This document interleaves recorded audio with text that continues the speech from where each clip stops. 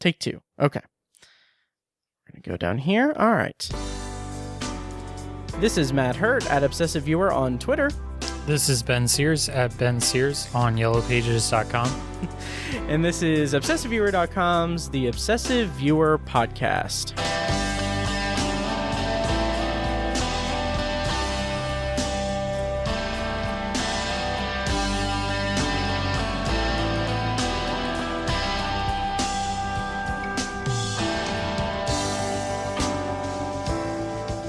Hello and welcome to The Obsessive Viewer. We're a movie and TV podcast that covers a specific topic, be it genre, trope, movie, or show each episode. You can find more of our work at ObsessiveViewer.com. You can also like us on Facebook at Facebook.com/TheObsessiveViewer. And I just lost all of my notes here. So if you want to support us, you can go onto Patreon. And oh my God, this is I'm messing up so hard. Okay, here we go. Hello and welcome to The Obsessive Viewer. We're a movie and TV podcast that covers a specific topic, be it genre, trope, movie, or show each episode. You can find more of our work at ObsessiveViewer.com and more podcasts presented by Obsessive Viewer at ObsessiveViewer.com/podcasts. And you can also like us on Facebook at Facebook.com/TheObsessiveViewer. I am here today with recurring co-host and contributing reviewer and friend Ben Sears for this episode of The Obsessive Viewer. Ben, how is it going? Good. I think I might have fucked that up. Would it be Yellow Pages or whitepages.com? I think Yellow Pages is for business. Shit. So White Pages, but you have a business. Ben Sears Photography, shut up. More or less. We should probably just record it again. Oh, God. Okay, yes, let's do it. Oh. All right, this is Matt Hurt. No, we're not going to do that again. It would be worth it. Maybe. Do you really want to? No. Okay, good. All right. So, so in addition to all of the things that I just rambled through, and this is a very loose intro and everything, you can also support what we do here on Patreon. I do have an ad read that I'm going to read, for our Patreon. So here we go with my ad read for Patreon. If I can stop stalling and get the note where I want it. Okay. So here we go. Our Patreon commercial. This Memorial Day weekend, while drivers compete in the Indianapolis 500 in my and Tiny's and Ben's hometown of Speedway, Indiana, you should race on over to patreon.com/obsessiveviewer and take advantage of our 500 miles worth of content. There are no yellow flags or cautions when you sign up for the $1 level, as you'll get instant access to over 100 B-roll episodes recorded specifically for Patreon supporters. You can also be part of our pit crew by signing up for the $2 Patreon level for additional access to TV reviews and reaction episodes, and follow that checkered flag by joining our $5 Patreon level for an additional access to full-length movie commentary tracks provided by yours truly with occasional call-ins from the OV co-hosts. But why stop there? Take your victory lap by signing up for the $10 level to get access to everything plus early access to episodes and more unreleased content. So race on over to patreon.com/obsessiveviewer and become a patron today. So that is one of the alternates for the Patreon read. Yeah. So I've got a bunch of different ones. I've been playing with them on Anthology and Tower Junkies, and it really cuts down on time. All right. So should I do my ad read now for Magic Spoon? Oh, yes. For what? Magic Spoon. Is that a thing? Oh, yeah. It's is it like a podcast it's a thing? Yeah, it's a cereal company or something. Oh, I think I've heard of it, but we don't have a promo code for that, so but Patreon, check that out. Or do we? I not that I'm aware of. Okay. All right. But Patreon, we are doing a lot of cool stuff over there. I am about to start immediate reaction reviews of Lisey's story, which I'm really excited because I have access to screeners, so I'm going to be able to record all of those in a vacuum. So every time an episode of Lisey's story premieres, because they're going week to week, the June 4th they're going to have the first 2 episodes drop, and then June 11th they're going to have the 3rd, and then 4th, 5th, 6th, all the way to the 8th weekly on Fridays. But every time an episode drops on Apple TV Plus, I will have a Patreon exclusive recording, like the second that it drops onto Apple TV Plus. So I'm really excited about that. That's at the $2 level. And yeah. So to circle back, Ben, how's it going? Fantastic. Nice. We have a full plate in terms of what we're going to be talking about on the podcast. We just did a very nice freeform Patreon exclusive recording where we talked about Knives Out 2 and Army of the Dead and some other stuff that I've already forgotten because I am an old man who has no memory. Well, you gotta leave some mystery up to the listeners to get them to sign up. Exactly.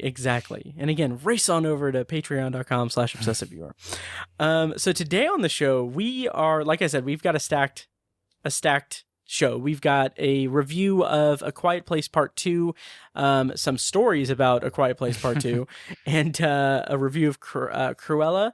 And we might also be talking about a little bit about Indy Film Fest, which just concluded last week, I think, or 2 weeks ago. Yes, the 29th, or no, the 19th, I think. Yes. Yeah, and then today they just announced the winners and everything. So we'll talk about that later in the episode. But Ben, do you want to get us kicked off by do you want us to talk about the press screening experience for A Quiet Place Part 2? And why that became a very frustrating night for me. It was a harrowing night for me too. Yes. It almost didn't happen. Yes. For context, this was, I believe, your first press screening as a member of the IFJA. Yes. Yes, the critics group that we're both members of, the Indiana Film Journalists Association. So yeah, how did you feel about it? Tell me about it, because I didn't get to fucking go to it.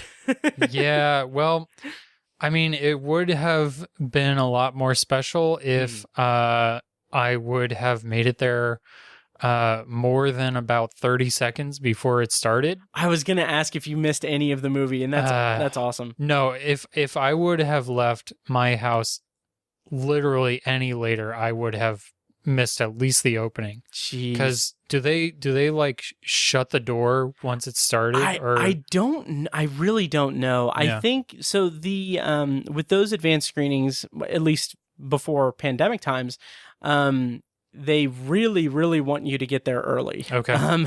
Especially since they have seats cordoned off for press, and like those advanced screenings are also the majority of the time they're advanced screenings for the public too. So they pack them in as much as they can.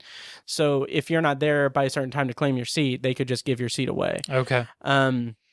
Which is why I was really excited, because I was like, okay, I came home from work, I took like a quick hour or so power nap, and I was like, okay, this is good. I have like a full hour to get to the theater.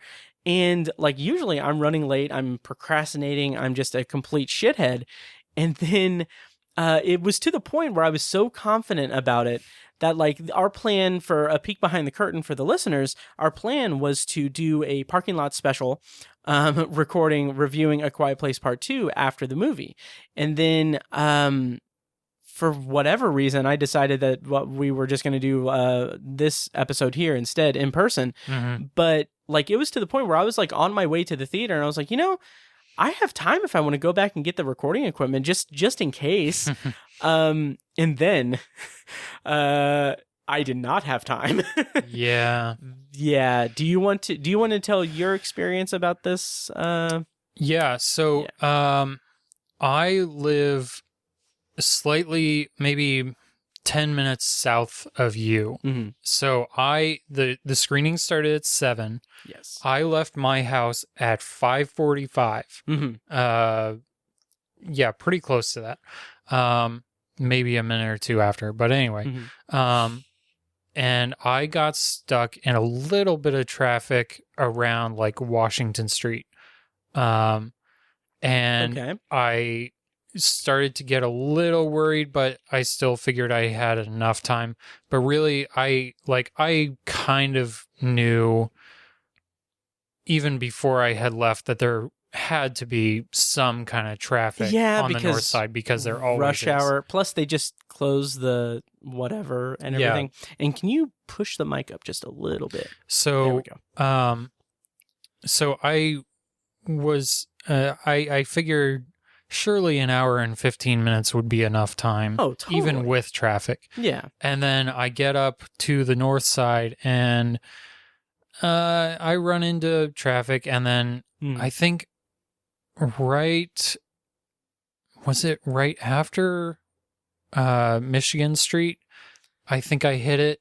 That's and then it was rough. Yeah, it was bumper to bumper, and I had my GPS going, and that was more because I knew where the theater was because I've been there many times. It was at Castleton, on the north side, and I live on the west side, and I had the GPS on, I had Google Maps on because it had the destination time, and I was just I wanted to look at it and be like, I'm gonna be good. Post vaccine, in theater advanced screening viewing, Matt is gonna turn over a new leaf because I am notoriously late and everything. Which this was to be my first press screening or first advanced screening since COVID. Onward last March. Yeah.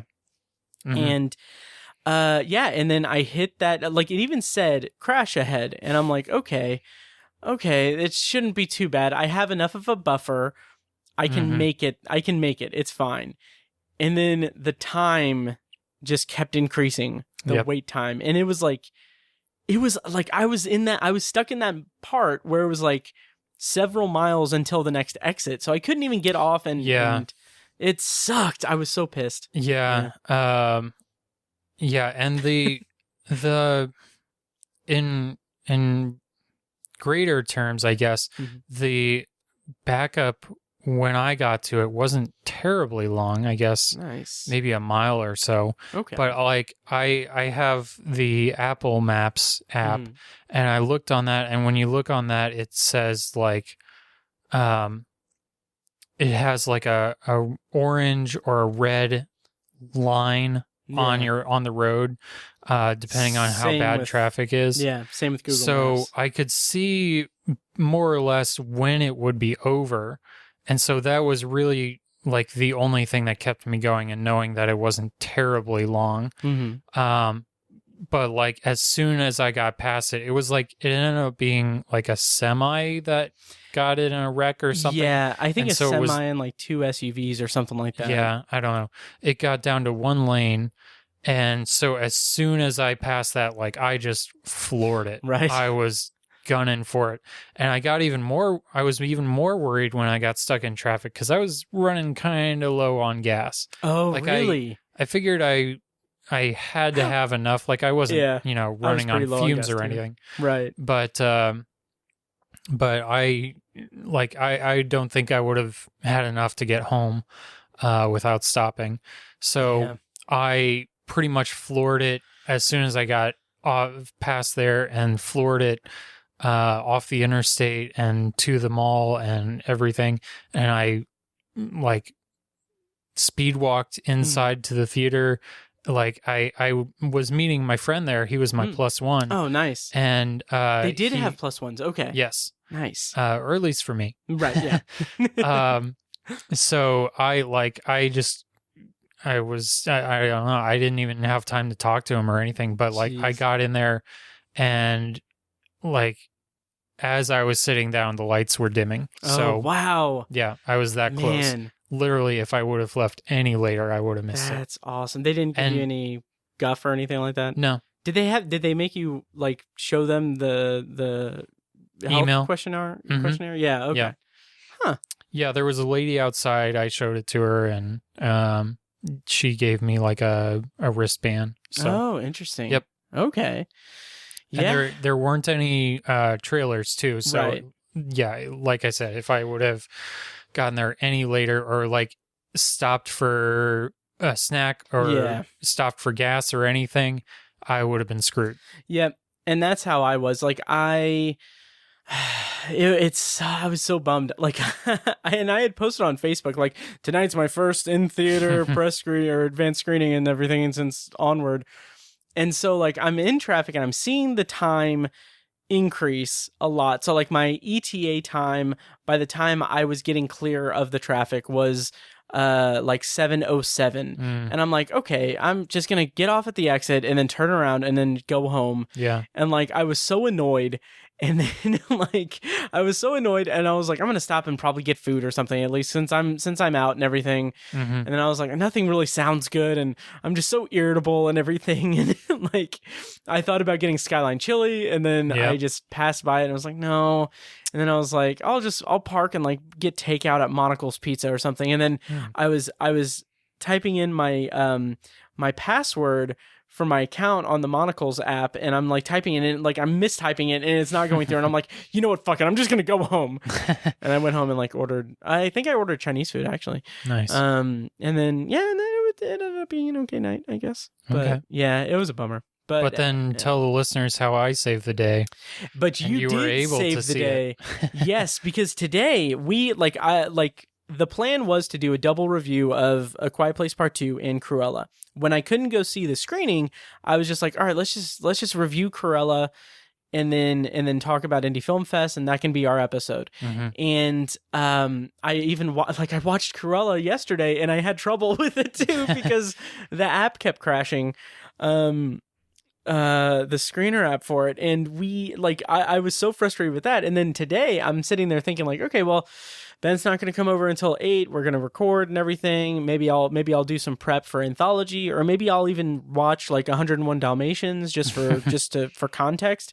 And then you sent me a text today saying like, hey, A Quiet Place Part 2 has 5 o'clock screenings if you want to squeeze it in before we record. And I'm like, oh, fuck yeah. Like, yeah. Which I said as a joke because I didn't think you would be able to. You did, because you put the LOL there, and I'm like, no, this is actually perfect because I just assumed, since it's opening night, it's Thursday night, I just assumed that it was not going to have screenings until like 7.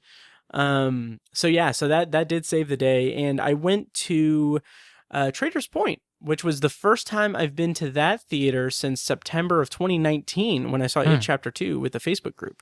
Okay. Yeah, and that was fine. The concession worker handed me my cup for my drink by putting her finger in the cup. Yeah, so I might die tonight. She was trained well. Yes. Sounds like. Oh yeah, AMC, safe and clean. But there wasn't. I mean, there was like maybe 6 people in the theater. Okay. Total, and it was fine. It was good. It was fun. Yeah. So overall thoughts on your first press screening and everything. Did you talk to anyone from the IFJA there? No. Okay. I kind of had to get going as soon as it was over. Unfortunately. Gotcha. Yeah. Yeah. And I think I might be wrong about this. I might have seen one other movie there, but I think this might have been my first movie at the Castleton Theater. Theater. Interesting. And it was in the Dolby Theater. Yeah. What'd you think of that? Not in IMAX. Yeah, it was nice. Nice. I think I've seen 1 or 2 other movies in Dolby, and it's good. Nice. Yeah. I honestly prefer Dolby to IMAX. Oh, really? Yeah, mostly because the seats are more comfortable in the theater.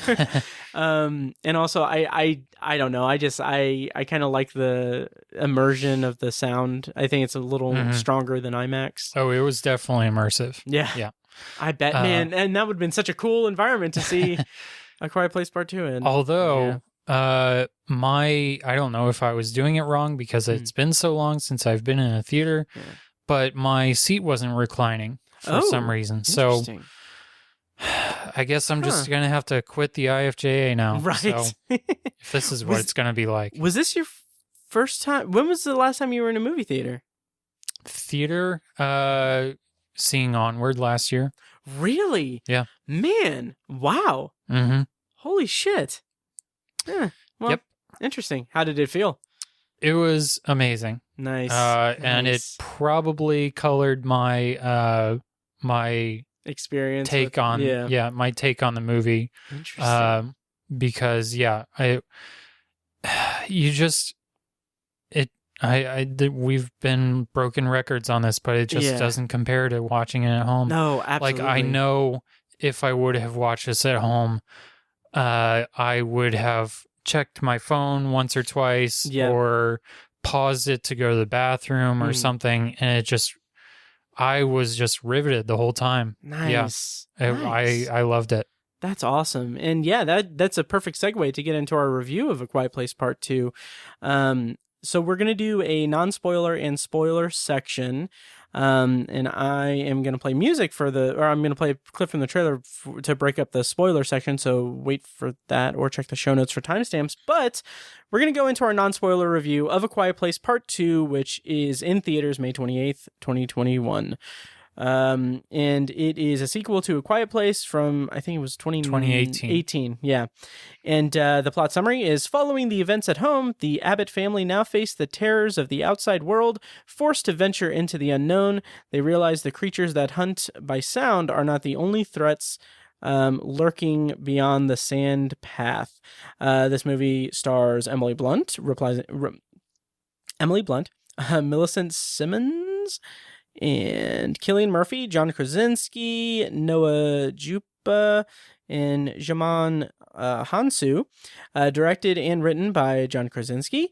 And so Ben, to get us kicked off into this review, what were your feelings on the first Quiet Place, and what were your expectations? How excited were you for Quiet Place Part 2 last year, and how excited were you for it to this year? Yeah, I don't have a specific memory of like when the news broke that it would be delayed, but I remember being really bummed out because I was really looking forward to it. I loved the first one. Mm-hmm. It was in my top 10 of that year. Yeah. Which was tough because 2018 was a good year. Mm. And yeah, I just loved the first one. I tried to rewatch the first one before going to the screening, but I wasn't able to. I could have sworn it was like on Hulu or something, but it's not anymore. At one point, I think it was on Amazon Prime. Yeah, something. Yeah, that or I don't know. It was available to stream somewhere. I know that, but now it's not. So kind of bummed about that. I wanted to do a Patreon commentary track for it, but I just didn't get around to it. So yeah. Okay. And so yeah, I have been looking forward to this for a long time, it feels like. Mm-hmm. And I am super glad that John Krasinski and Paramount and whoever else did not just like punt this to a streaming service last year. Because like I said, it's an amazing theater experience. And I'm so glad that I was able to see this in the theater finally. Oh yeah, me too. And I'm sure the screening was probably packed as much as it could have been. Mm-hmm. I assume that they had blocked out seats. Yes. Like every. Yeah. Like I said, I got there like as the lights were dimming, so I couldn't really take a look around and see how many people were there. Yeah. But I think it was a pretty decent turnout. I mean, as much as it could have been. Yeah.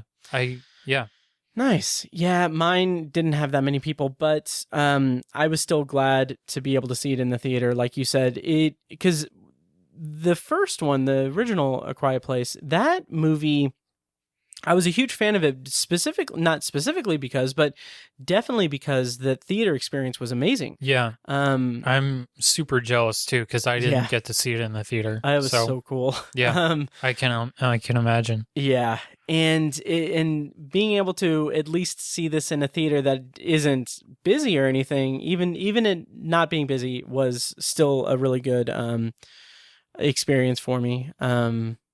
If only because of the triumph of returning to the movie theater. Which, by the way, did you see that SNL sketch that was supposed to be like Vin Diesel welcoming people back to the movies? No. I'll send you a link after we record. It's really funny. It's okay. The guy Beck Bennett, I think, is the guy. He's doing an impression of Vin Diesel, and he's just like talking to the audience. He's like in a theater seat, and he's like, we've been home for too long, and now it's time to go back to the movies. And he says that like numerous times. He says like the movies. And that's been like in a loop in my head for a while now. So nice. It's mildly funny, but it's an earworm funny sketch. But yeah, but I was really pumped to be able to see this movie in a theater and have it not be deterred by traffic.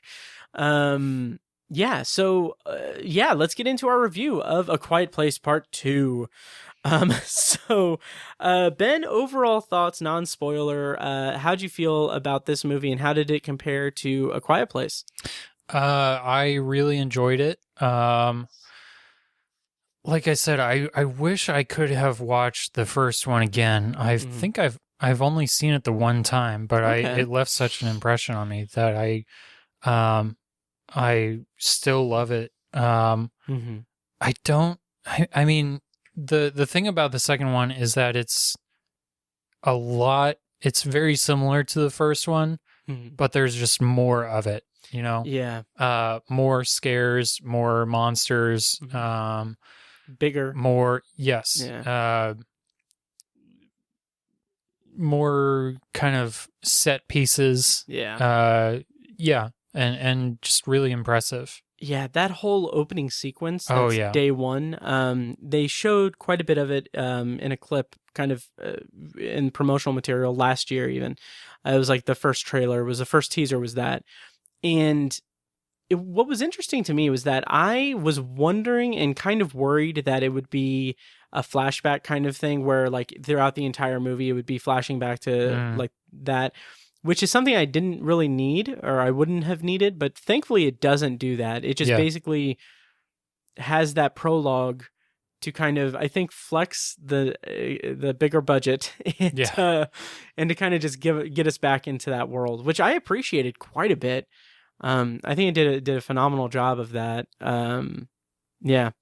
Yeah, that opening was amazing. I did not watch any trailers. Oh, interesting. Yeah, I wanted to go into this cold and nice, quiet, you might say. Nice. And yeah, it blew me away. I love the shot that I keep coming back to, which I think I've heard is in the trailer, is the shot where Emily Blunt is driving the car in reverse as the bus is coming towards her. Holy crap. Oh yeah. That I don't know if I'd say that shot scared me, but I was just impressed and blown away. Definitely. Yeah. And there was a shot where this wasn't in the trailer or anything, but it's where John Krasinski is in his truck, and it's like it's from the point of view of his daughter, so the sound is out. There's no sound, and the camera like does this interesting thing where it's like going outside of the truck. Or maybe it's inside. I don't know, but it's just gliding over to the driver's seat where John Krasinski is getting out. It's just a seamless transition where he's just getting out of the truck and looking back. It's a very light thing, but it really stood out to me and was really fun. Yeah. Yeah, and then after that prologue, we get the continuation of the Abbott family story. And we won't spoil anything, but how'd you feel about the introduction of Cillian Murphy's character Emmett, and how he fit into the whole kind of scheme of things? I liked it. Nice. Yeah, I didn't know going into it how he what his character was supposed to be or any real details about him, but I liked his character. I liked his performance. I like you said, I always like seeing him pop up. So I think he made a good addition. Yeah. I do too. And I kept thinking, because one of my favorite movies, and I'm getting such a weird sensation of deja vu right now, it's insane. But one of my favorite movies is 28 Days Later, which has Cillian Murphy, obviously. And I throughout the movie, I was like, this has such a 28 Days Later vibe for me. Because it's Cillian Murphy at the end of the world, and doing all of this stuff, and then I kept thinking in my head, I was like, oh, it's more like 494 days later, because it's day 494. But I was just really, I thought he was a very welcome addition, and that's something that's kind of tricky when having a sequel ostensibly replacing a male lead character for a sequel. They do enough different with Emmett as a character, but it's not, I don't know, some of the faults that I have with the movie is that it's all overall it's a little too like brief. Like it just seems a little a little a little bit like just kind of guiding through it, like not really enhancing the mythology or the story or anything, not necessarily building off of it, but just literally a continuation of the first movie. Yeah. And that was one of the things that kind of bummed me about it, because I was kind of hoping for more detail in it. So how'd you feel about the way it's a continuation? Were you hoping for more of like a backstory on like the origin of the aliens? No, definitely not. I was really looking for an expansion of the world as it is now. Mm-hmm. So we get a little bit of that, like a very like sliver of that. Right. But I was really, I honestly, it feels like, I mean, this is like a 97-minute movie. And like around the 1 hour mark, I actually looked at my phone discreetly so as not to ruin the experience for my other theater going friends. I was there alone, but there were other people. Good to know that common courtesy has survived the pandemic. Yes. Oh, yes. We need that now more than ever. But so I was a sheep and wore a mask though. Anyway, so I looked and I was like, I was sitting there thinking, like, did I misread? Because when I get a ticket from AMC, I add it to my calendar and it tells me like the start time and end time. And I'm like, did it really say that it was going to be over at 6:55? Because I mean, it feels like there's a lot of movie left. Right. And I have like 20 minutes left. So it kind of felt a little bit too brief. Like I could have very much taken like an extra half hour into that movie. Oh yeah. Yeah, and I think that's a credit to Krasinski and how well he has crafted this world that they all live in. I agree, and I do appreciate the brisk pace, but I still would have like there's I'll dance around spoilers, but there is a section that's probably the best and most frightening section of the movie for me. And it introduces like a whole, like it hints at this whole like underlying thing going on, or this whole, like it introduces a handful of characters. And the way that it plays out is so just terrifying. And to the film's credit, like it does all of this stuff through sound design and lack of sound or enhancing sound throughout it, and that really builds the tension just beautifully and everything. But I really wish that there was more context to that. I wish that was expanded more in terms of like telling us, because like there's a line that's in the trailer where Cillian Murphy's like, there's no, like the people who are left aren't worth saving. And like I kind of wish that we would have been shown that a little bit, because there's like a couple of different groups of people that I'll talk about that in spoilers, but I don't feel like it was brought to the forefront as much as I would have liked it to be. Okay. Yeah. How do you feel about that? I can understand that. Yeah. My biggest issue, and I came to this realization afterwards, because like during the movie, I was just enraptured. Pretty much, I was glued to the screen. Nice. But afterwards, I figured my biggest issues with it is that I liked the set pieces, but I think they don't really hold up to scrutiny a whole lot, you know? Okay. Like there's a set piece involving Noah Jupe's character where he kind of goes off exploring, and I don't feel like that was totally justified, you know? It was just kind of in there to ramp up the tension, you know? Yeah, and there is the button to that scene feels like it was not... It feels like there was a lot more story to that that went completely unanswered. Right, yeah. Plus, there's one other set piece that really... rubbed me the wrong way a little bit more so, which we can talk about in spoilers. But yeah. I don't know. I did have some issues with that, but overall, like, the set pieces were great, the tension was great, and like my fear going into it would, like I said, would be a repeat, both thematically and stylistically, of the first one, because I mean, it was a pretty, I mean, very quick turnaround time for the sequel. Oh yeah. And I thought it was funny that before the movie, there was a clip from John Krasinski, like promoting the movie, or it may have been like a TV spot or something, but he's just like, oh, I didn't even think that there was no plan for any sequel or anything like that. That was just not even on my radar, but but we did it. And I'm just like, whoa, come on, John. Maybe sell the movie a little harder. Yeah, really. But even for that, like, what they did without having a planned sequel or franchise or anything is respectable enough. But I think that there are some missing pieces and some aspects of it that should have been fleshed out quite a bit more, for my liking. But yeah. Okay.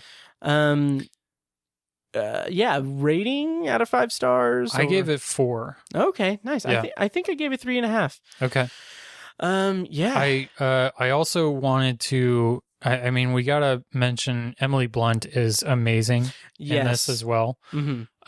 Just doing more of what she did the last time. Yeah. And being awesome. Yeah. Oh, I agree. And the kids were really good in it too. And Cillian Murphy, I love Cillian Murphy. Yeah.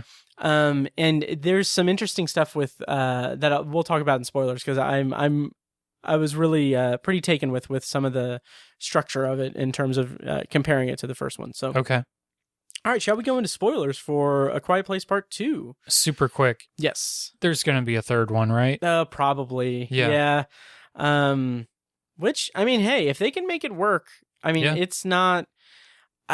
it's better to have some issues with... It's better to have issues with a movie in terms of not being fleshed out enough for a 90-minute movie than it is to have problems with an over-encumbered, like, 2.5-hour movie that has too much fleshed out or anything. So, I don't know. It did leave me wanting, I guess. Are you referring to a flesh-eating movie? A certain army of a certain type of dead. But yeah. I honestly, I wasn't even intentionally making that, but that is actually completely apt. Yeah, pretty much. Yeah, because for as much as I wasn't into, for as much as many qualms, which are pretty minimal in the grand scheme of things, but as many criticisms of that as I have for A Quiet Place Part 2 for not having fleshed out much of the world or anything further than what was established in A Quiet Place Part 1, I mean... It could have been so much worse, because Army of the Dead was 2.5 hours of, like, completely just not interesting characterization at all. Not even trying to do any of that. Yeah. Yeah. So yeah. What was I going to say? The expanding the mythology. Yes. Yeah. So yeah, I didn't need answers on, like, where the aliens came from, or like we kind of get that, and I'm okay with it. We don't get answers on, like, how the rest of the world is doing. Right. I guess we kind of do. Yeah. But I don't need, like, check-ins on the rest of the world, and I was perfectly fine with I don't know. I was fine with those aspects of it, like expanding. I'm okay with him expanding the cast of characters. I didn't need, I wasn't disappointed that he didn't, try to span the rest of the country or the globe and check in with everyone. Does that make sense? Oh, totally. Okay. Oh, yeah. So I was not totally disappointed in that regards. Nice. Yeah. Okay, cool. Well, we are going to dive into spoilers for Quiet Place Part 2. So if you haven't seen it and you don't want to be spoiled, check the show notes for timestamps to skip to our Cruella review. While you do that, I'll play a clip from the trailer for Quiet Place Part 2. So spoiler warning, spoilers on after the break. I don't know why you came all the way up here. There's nothing left.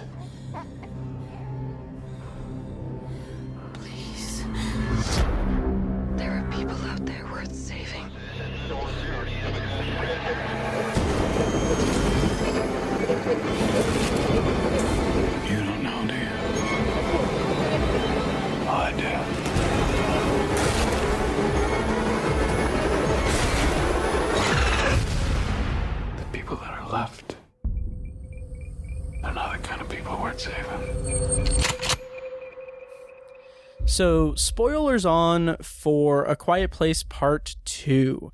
So, Ben, I want to kind of circle back to talking about the prologue of the movie. So they left it pretty vague, which I did appreciate, what they did with that, like the baseball scene, when they had the whatever was in the sky. Did you interpret that as being the aliens arriving, or what? Because I kind of thought that it was going to be like, like a jetliner or something that was going down because like an alien jumped up and killed it. Yeah, that was my initial read of it. Because I mean that fireball was just too big to be a jetliner, I think. Yeah. You know? Yeah, I agree. And so, and yeah, I don't need to know anything about like where it's from, but I do, just a minor, like this, a small thing about it, but I did think it was funny that they went back to the scene, like the house scene, the basement scene, because one of the big things in the first movie that I think I heard someone comment about this or make a comment about this, and it always stood out to me anytime I watched it again, because I've seen the first one a couple of times since the first time. And it's because like on John Krasinski's character's wall has all of the like the information and everything, and then like he writes out like, what is the weakness? It's like, does that really need to take up space on the whiteboard? Yeah, so they showed that again. I thought that was kind of funny. Okay. But yeah, so the introduction, like spoilers for the prologue and everything. How did you feel in more specific terms? If you have any further things, or we can go on to the main plot. No, I mean, just it was fucking awesome. Yeah. Yeah. I liked the kind of jump scare with the cell phone going off. Yes, when that was they were good. in the bar. Yeah. What I really like about it, and it's something that kind of the thing that I really latched onto about this movie overall is the way that it separates the family. And that's evident from the very beginning. That prologue has Emily Blunt and the two boys separated from John Krasinski and the daughter. And I like that because, I mean, that mirrors the kind of climax of the movie where the daughter and Cillian Murphy are on their little adventure, and then the son and Emily Blunt and the baby are on their little adventure. Yeah. So I appreciate that in terms of just a narrative structure, I guess. But yeah, I don't know. So in spoilers, what did you think of the movie? Yeah, like I said, I think the only things that kind of bugged me were the set pieces, some of them. Like I said, the one with Noah Jupe where he goes wandering around, and there's the baby is running out of oxygen. I was riveted while it was happening, but when I looked back at it, I kind of I wasn't as impressed, because I was just like why does he need to go out and do this? What is his goal? What is he doing? He's just going out to, I don't know, not sit around, even though his leg is that bothered me. Yeah. Because even from the bear trap thing, that was terrifying. Oh yeah. And awesome. And then immediately after that, it's like Emily Blunt's talking to Cillian Murphy, and I'm like, your son needs medical attention. Like, he needs to, like, this needs to be addressed and everything. But no, they're talking about like, the world is ended and everything. And I'm just like, what the, like, come on, tend to your child. Yeah. But yeah, my interpretation or my read of him wandering out was that he was looking for his mom. Like, he was just like looking for, like, he didn't think that she was coming back. Yeah. Or maybe just like, maybe this is me projecting a little bit, but like maybe he just wanted to see, he wanted to look and see if she was out there or if she was coming back or within line of sight. Because the situation was so dire with the oxygen almost completely out or completely out that he would need something. But the best laid plans of mice and men, and that kid. But the thing that that really bothered me about it, that I didn't really understand, was when he pulls the curtain back and he sees presumably Cillian Murphy's dead wife, decomposed and everything. I don't know. Yeah, I don't know if we were supposed to get the impression that Cillian Murphy like killed her, or was like not being truthful with them about how she died. That's because from what I remember, when he was telling them about his wife's death, he was talking about how she was sick at home. Yeah. And then maybe I forget, but it sounded like he had left her there. That's what the impression that I got too, or that it was kind of a little vague, but he left her there to go to Sanctuary. I guess if I was carting around my dead wife, I'd probably not want to go out and, proclaim that to everyone. Yeah. But that's also the problem, because that served no purpose in the movie. Yeah. Like whatsoever. And like being a fan of Cillian Murphy, I was kind of wondering if there was going to be like another shoe dropping kind of thing where it's going to be like, oh, he's with the daughter, and then we're going to get the reveal that, oh, he's actually like a fucked up person or something, and that he's dangerous. Mm-hmm. But he's not. Like he's fine. Right. So that just, I don't know. That really did not sit well with me. And I think my kind of rationalization of that, or my kind of, I don't know, if I could make an excuse for the movie, is that I think by design, the movie is kind of structured as literally as a part 2. It's a continuation. Mm-hmm. It's because it ends even more abruptly than the first movie did, which was super frustrating to me. And like this felt like it was like episode 2 of a TV series. Okay. Like the pilot episode was A Quiet Place Part 1, and then this was episode 2. And we're just kind of left wanting a little bit more. And I don't know. I don't know how I feel about that. I don't think I like it. Okay. Yeah. How'd you feel about the kind of the way the plot unfurled and what was missing and what was not missing? I think if I had any complaints about the ending here, it would be how much it does mirror the end of the first one. Yeah. Which I really liked the end of the first one. I thought it was, I guess, like I said, it's been a while since I've seen it, but I didn't think at the time that it was all that abrupt.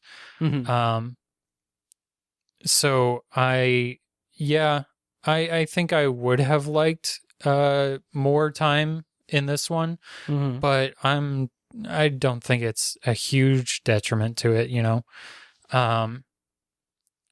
The other set piece thing that kind of bothered me, and maybe this is getting a little too far ahead, but the end when Cillian Murphy and Millicent Simmons, the daughter, are on the island, and Cillian Murphy discovers that the monsters have somehow taken a boat and gotten to this island. That I was actually okay with.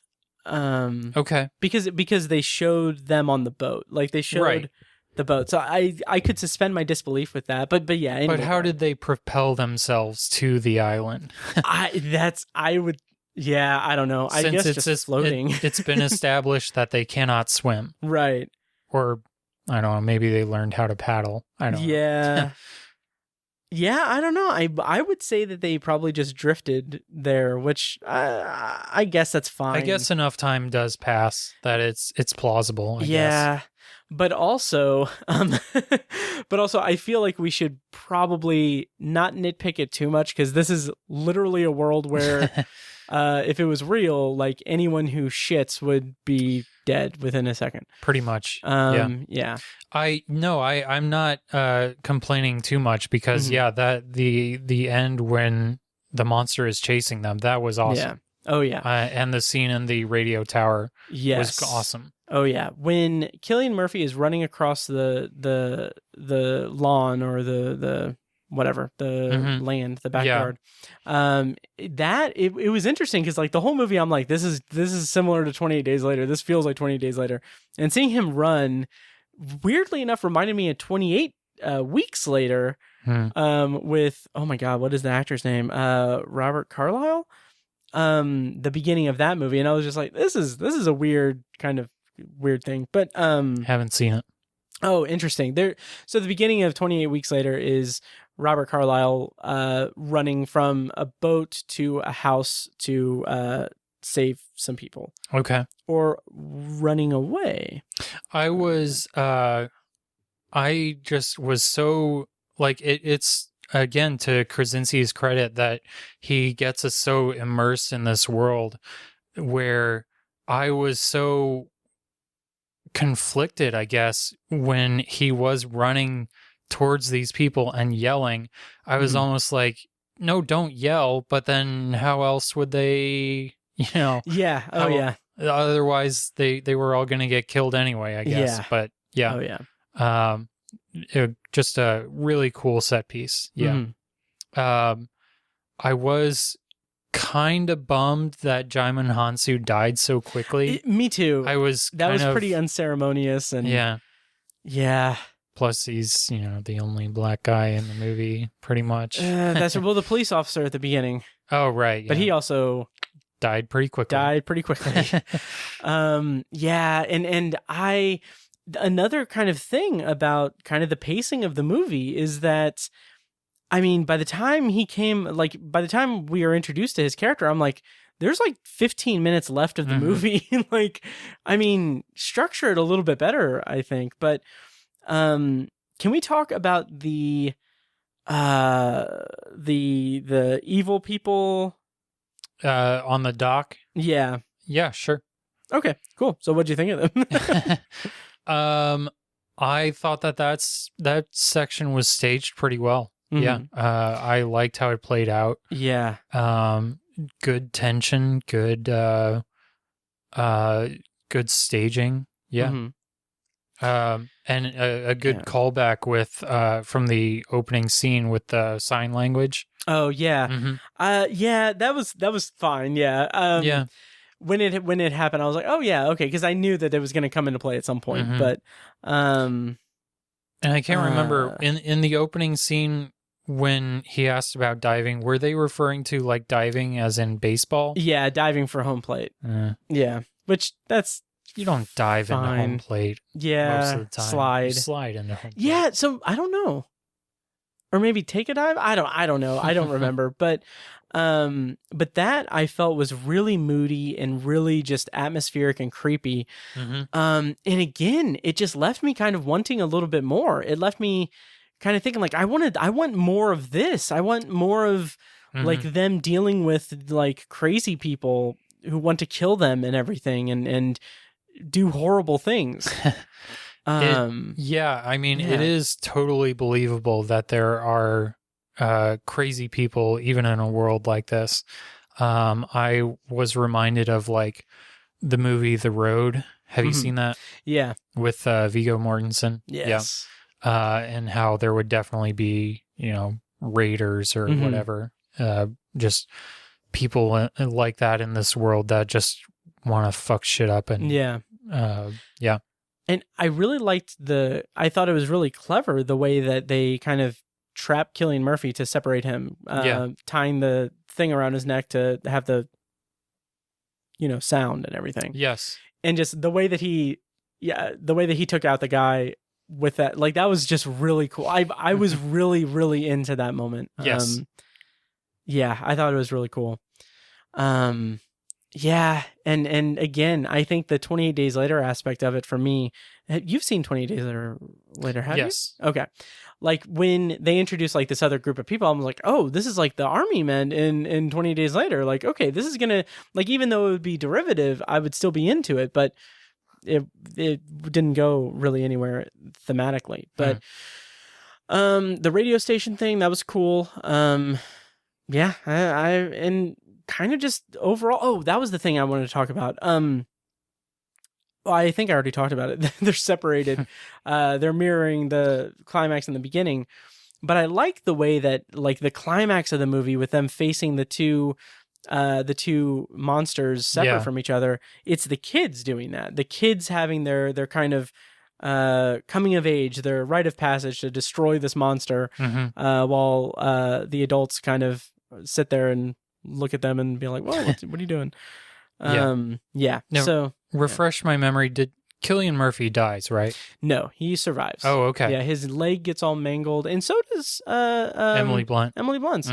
But Her leg at least gets punctured. I remember that. yeah. And she gets fucked up pretty bad. Yeah, and his was kind of weird because like he dives through the window when the sound starts amplifying and the monster's coming in, and then like the next shot, it's like his leg is completely just bloody as all hell. It's like he didn't really connect for me, but that's a nitpick at best. Okay. Yeah. So, any other thoughts on A Quiet Place Part 2? Because I just remembered we have to do Cruella. I don't think so. I just, like I said, I really enjoyed it. I am excited for Part 3, hopefully. Yeah, me too. I'm very curious if they will actually expand on it. Yeah. I wonder if they're gonna tie it to like how well it does financially. Yeah, I'm very curious how that's going to turn out, honestly. No, I think I read this is coming to Paramount Plus soon. Oh, I think I saw a headline or something. Okay. I want to say in like 45 days after release or something. I don't know. That sounds right. Because it's a Paramount release, so. Yes. Yeah. Okay. Neat. Well, we'll see. So I guess that's our review of A Quiet Place Part 2, currently in theaters. Yeah, so shall we go on to our review of Cruella? Sure. Okay. All right, so now we're going to go ahead and review Cruella, which is in theaters and on Disney Plus with premiere access on May 28th. And the plot summary is, as such, a live-action feature film following a young Cruella de Vil. This movie stars Emma Stone as Estella / Cruella, Emma Thompson as the Baroness, Joel Fry as Jasper, and Paul Walter Hauser as Horace, and directed by Craig Gillespie and written by Dana Fox, Tony McNamara, with story by credits by a bunch of different people I'm not going to name. So Ben, we both watched this movie, and first, kind of similar to our Quiet Place Part 2 review, what is your kind of history with 101 Dalmatians and the kind of the lore of Cruella de Vil in the canon of Disney villains? I had considered watching 101 Dalmatians before this, but didn't think it was really all that necessary, and I'm glad that I didn't. I don't really think it would have helped at all. I think I feel like I watched 101 Dalmatians either during or after school, like at school. Now, are we talking the animated version or the live action with Glenn Close? Okay. I have memories of the animated one. But it was, I mean, I was in grade school around the time of the Glenn Close version too, so could have been both. I don't know. But I want to say it was around like third grade or something when we watched it. Okay. And I am confident that I have not watched it since. Okay. I mean, I don't know. I've never, I'm sure I've talked about this on the podcast before, but I'm not a huge Disney person. So, I mean, I know I've seen it and I remember, the basics of it, but I couldn't tell you anything specific. Yeah, I'm kind of the same. I honestly, I don't know if I ever watched 101 Dalmatians to completion. My mom was a huge Disney fan growing up and everything. But so I know that I probably saw it in the periphery of my childhood. Yeah. But I mean, I also kind of wanted to watch them. Actually, to be completely honest, my plan was to watch at least the animated version or the Glenn Close version today after work. But I made it was better. But then I screwed up your plans and made you go see A Quiet Place Part 2. No, it probably enhanced my plans quite a bit, actually. Because the next question I'm going to ask is, how do you feel about the live action remake or the trend for really let's narrow it down to the trend of prequels or standalone movies featuring villain characters, their origin story. How do you feel about that in the Disney canon? Because honestly, I think I've actively avoided pretty much all of them. Yeah. Or all of the ones that have come out in general. How do you feel about this trend? I really could do without it. As, like I said, as much of a non-Disney person as I am, I avoid those as much as I can. And to back up a little bit, I might eventually watch the 1961 101 Dalmatians again. Okay. For an upcoming project, Yes. which I may or may not be announcing later tonight. Nice. Question mark. Nice. Okay, awesome.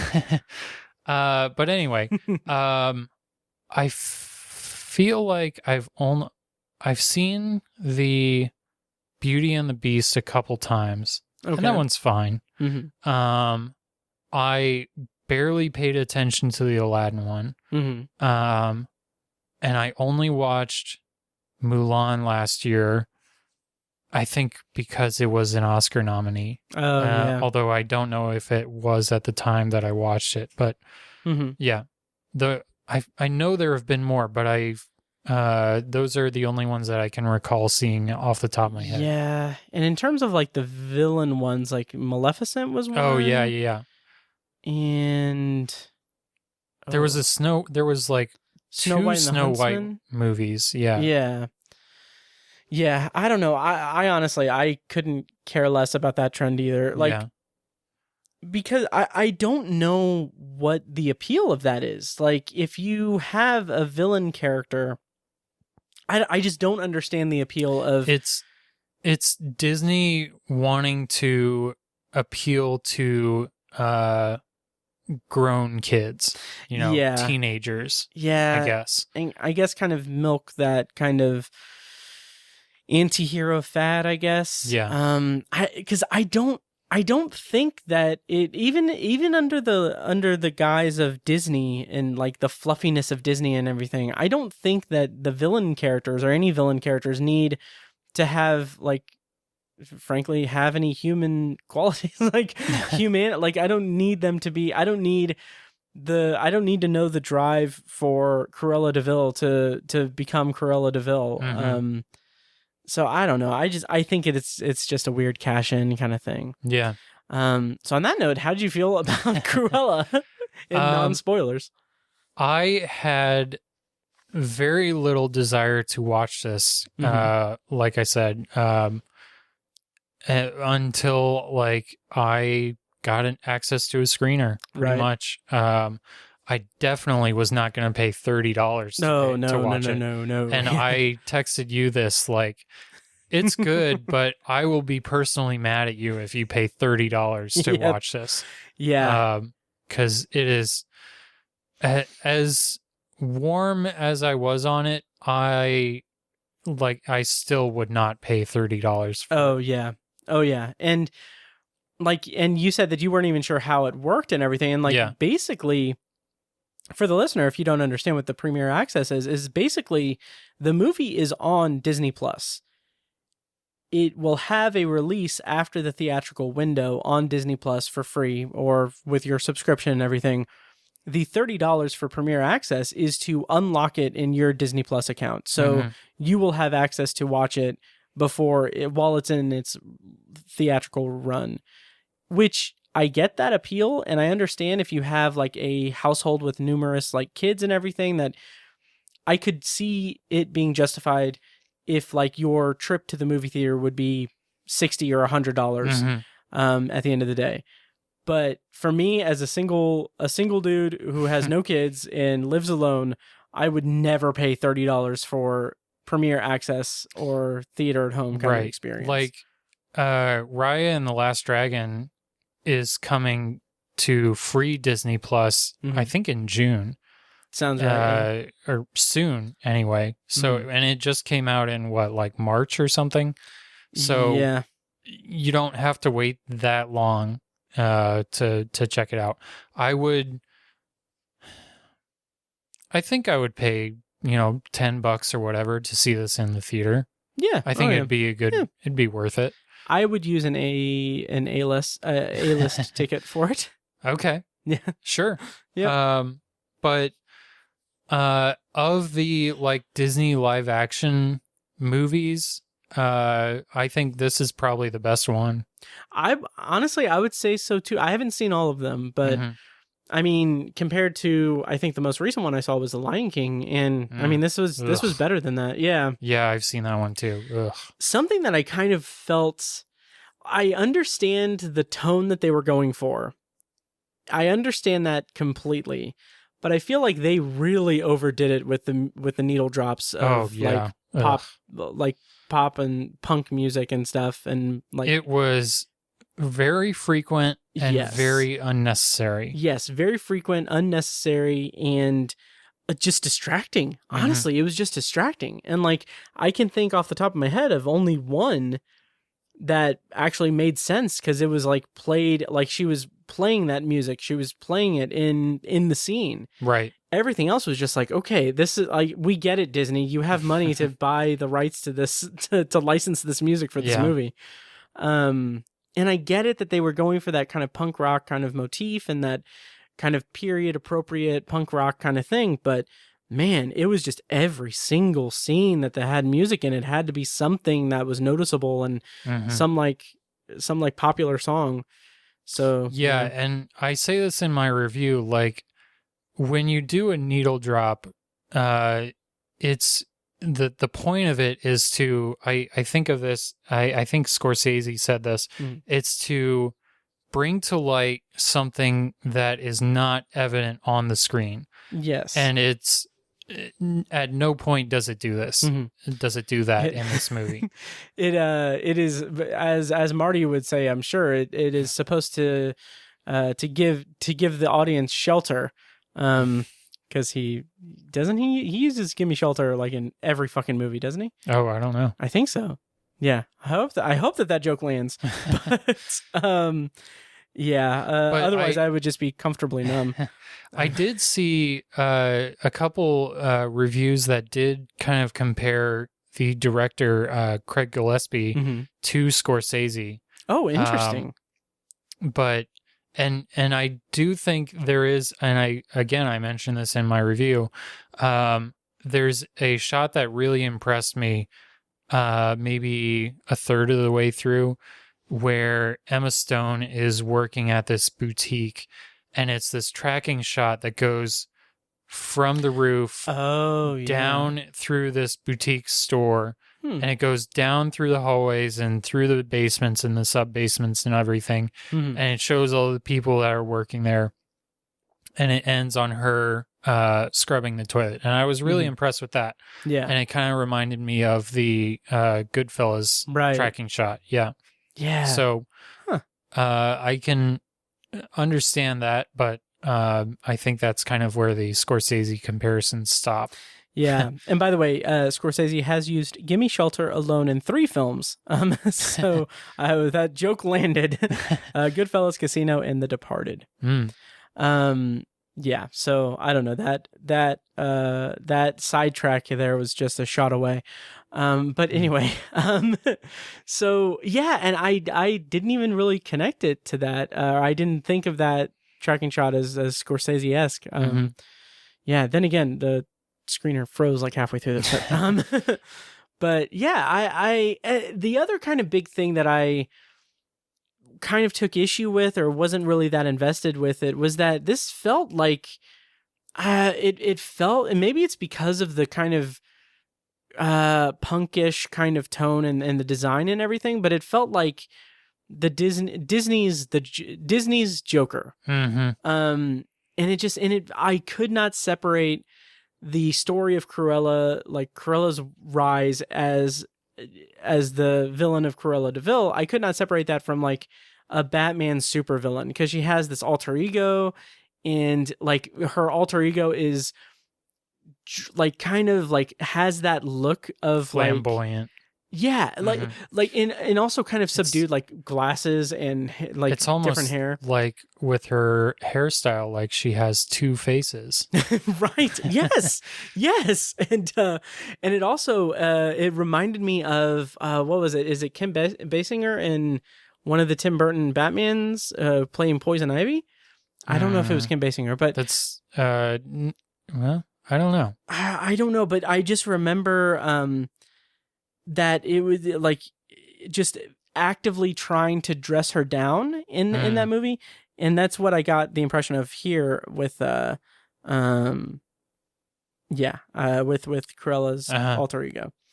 I'm trying to find that. It was Batman and Robin, I think. Wow, yeah, that it was Uma Thurman as Poison Ivy. That's right. Oh yeah.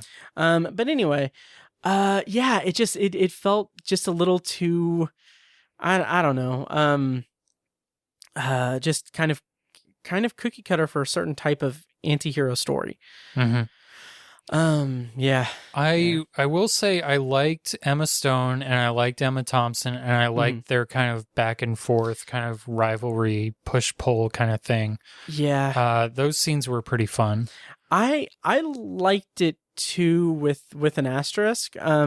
Just because it felt like, okay, this is it kind of, and granted, this isn't a fair comparison because I haven't seen 101 Dalmatians all the way through. So I'm not familiar with the classic Cruella de Vil, but like, I kind of feel like, okay, this is just Emma Stone going up against Cruella de Vil and then becoming Cruella de Vil. Like, it just felt a little too, I don't know, have your cake and eat it too, I guess. Okay. I don't know. It kind of felt a little dry to me.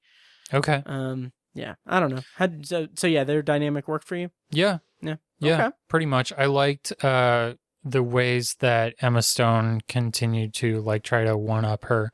And you kind of buy that Emma Stone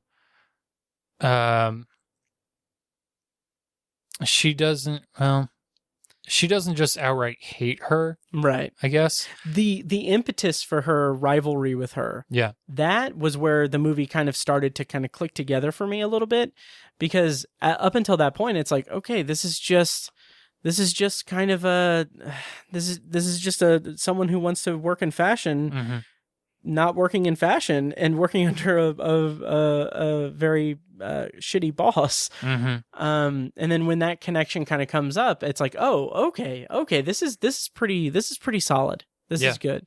And then the development, the way it devolves from that or evolves from that, was pretty satisfying to me. Really. And we'll talk more about that in spoilers, but yeah. Yeah. To kind of go along with that, this is a movie that is 2 hours and 15 minutes long. Yes. Absolutely does not need to be that long. No, I mean, even if it was really diving into that character, which I wouldn't expect like a live action Disney prequel movie to do, it doesn't need that. It doesn't, like, if it is supposed to be Disney's Joker, at least do something more meaningful than what we got, I guess. I don't know. It just, yeah, I agree. It did not need to be that long. Yeah. Which kind of calls into question, like, who is this movie for? Because it's definitely not for kids. Yeah. And I don't know if any, like, teenagers are going to sit around for 2 hours and 15 minutes to watch a Cruella de Vil movie. Yeah. I guess just the fans of 101 Dalmatians all grown up, like you said. I guess. But it's still, like, it didn't, I don't know. I didn't feel like it really earned my attention, really. Like you said, Emma Stone, Emma Thompson were really good. What did you think of the Paul Walter Hauser and the other guy as the kind of sidekick characters. It's, Joel Fry. Joel Fry. Yep. Yeah. And Paul Walter Hauser. I'm a huge fan of Paul Walter Hauser. Yes. I think he's fantastic. I think he did a really, really good accent. But ultimately, I think those characters were just too flat, and some of the comedy didn't land for me. Yeah, and I liked him as well in I, Tonya, which Craig Gillespie. Yep. Yeah.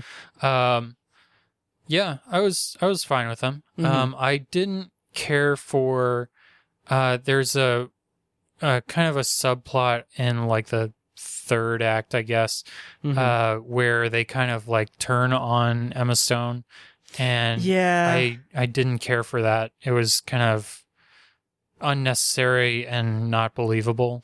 I agree. So, and it just felt like it felt like it was unearned and unresolved even. It just didn't feel like it didn't really go anywhere. It just felt like it was just light conflict for the sake of having conflict. Sake of it. Yeah. Do you want to go into spoilers for Cruella? Sure. Okay, so we are going to go into spoilers for Cruella. If you haven't seen it, go check it out, or come back and come back and listen to it. But I'm going to play a clip from the trailer to get us into the spoiler section. So once we come back from the trailer, we are going to spoil Cruella. She thought she owned everyone. It's foolish. Unhinged. Well, you're fired. Why are you speaking? I think you've licked me. But there's something about poetic justice that's just so poetic.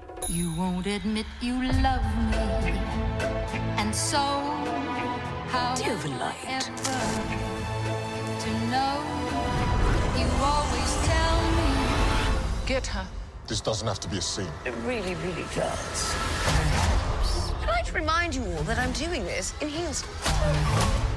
What was your name? Cruella. All right, spoilers on for Cruella.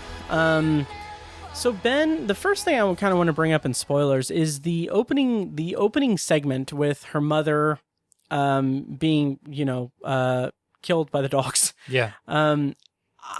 First of all, I kind of felt like the CGI of the dogs running after her was, for the rest of the movie, like the visual effects were fine, but there I was like, whoa, this is not looking good. Yeah, it wasn't the greatest. No, but I did kind of like that they went there though. That I mean, I was kind of surprised, and then I kind of laughed it off. Like I kind of felt like it was too far out of left field. So I don't know. How'd you feel about that plot element?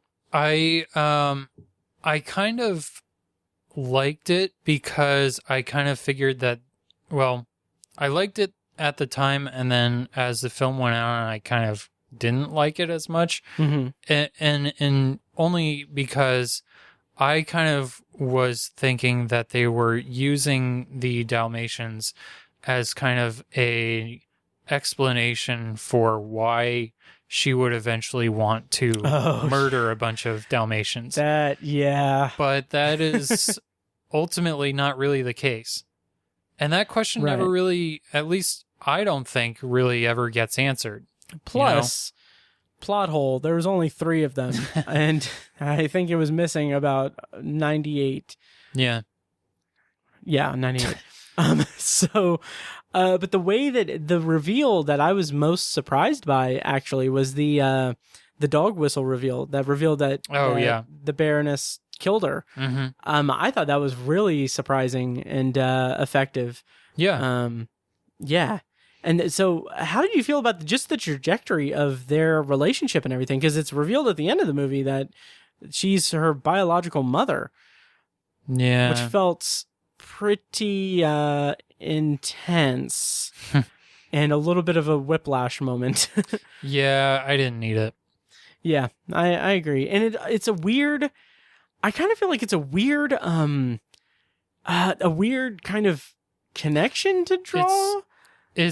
I think it's just the movie trying to figure out a way for her to win and get all of this stuff at this house and this this company or whatever. Yeah. An easy way to get an inheritance, and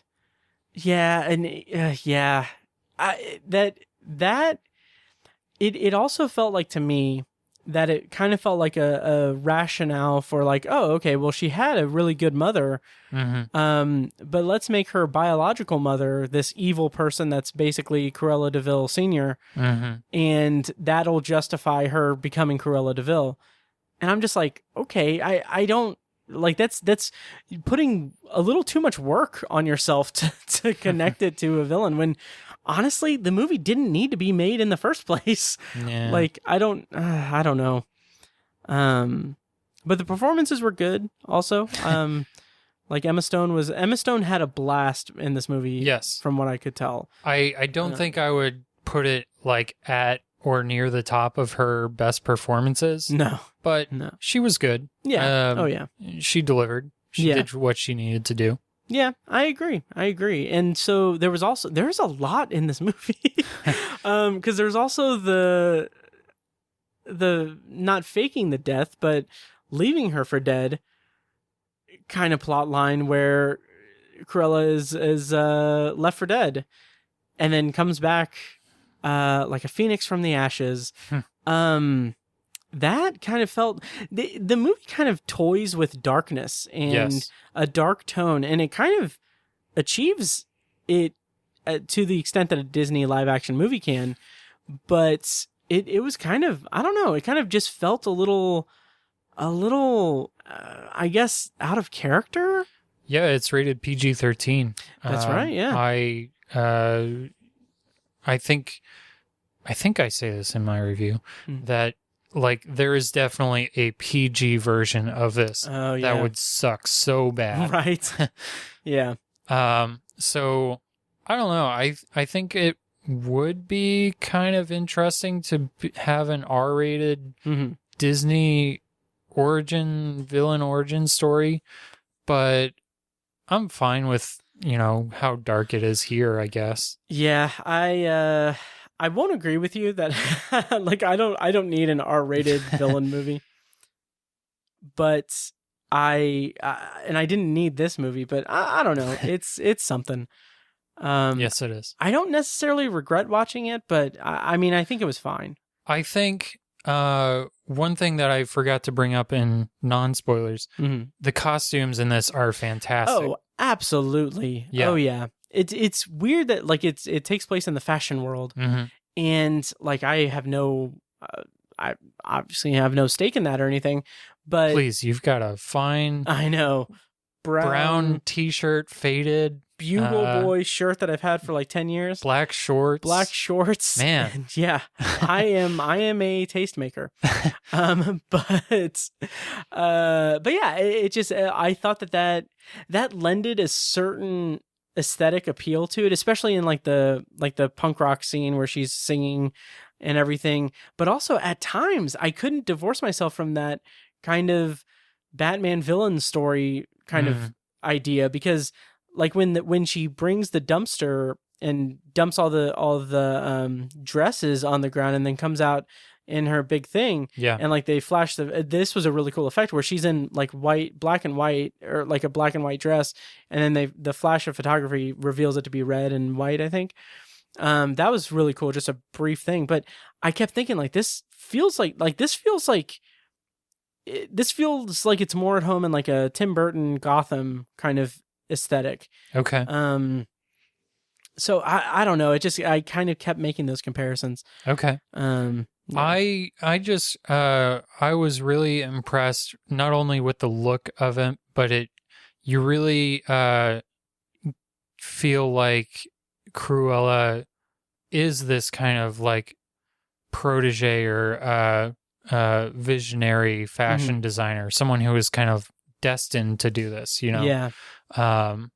So I was impressed with the look of it, and and the production design as well was pretty fantastic.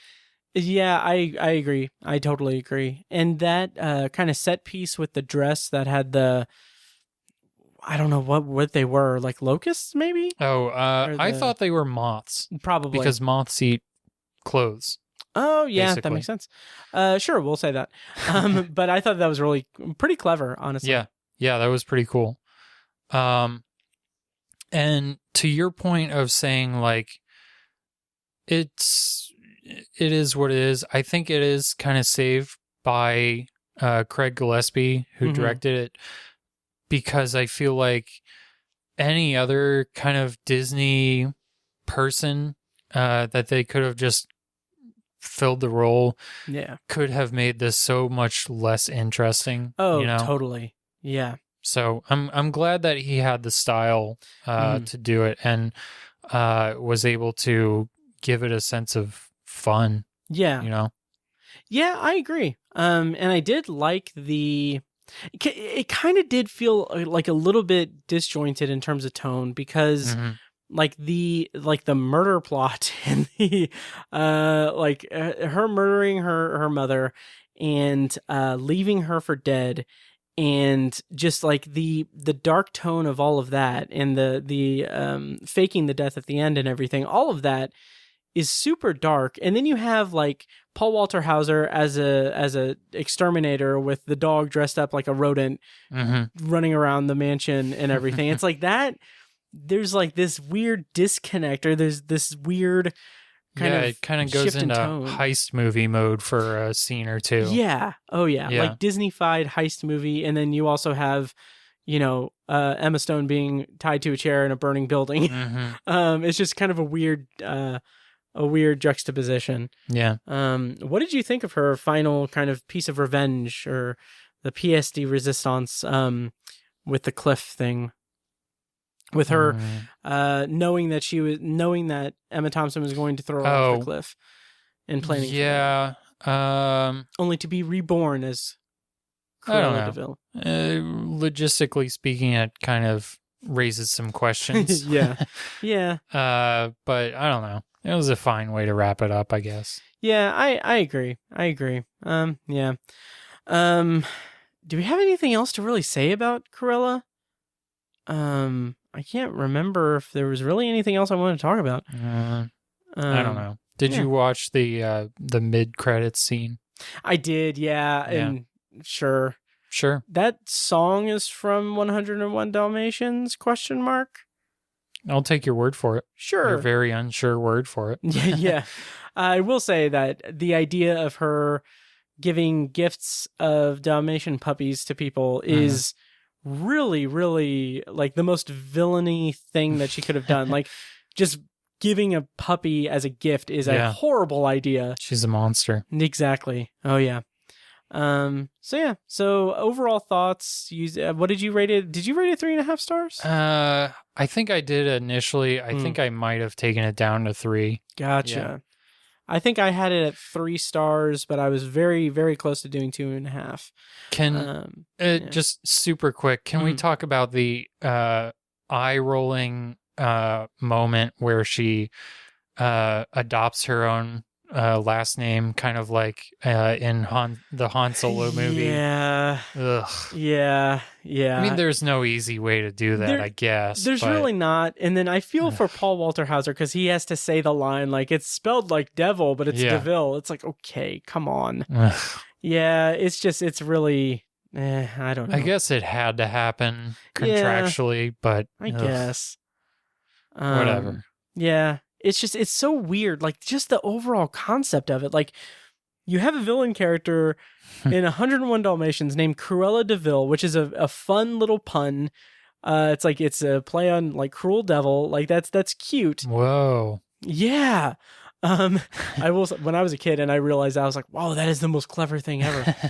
But to actually give like an origin to that and do a whole origin story, it's like, who's asking for it? Right. It's just, I don't know. Yeah. Yeah. So I don't know. So I think I rated 3 stars.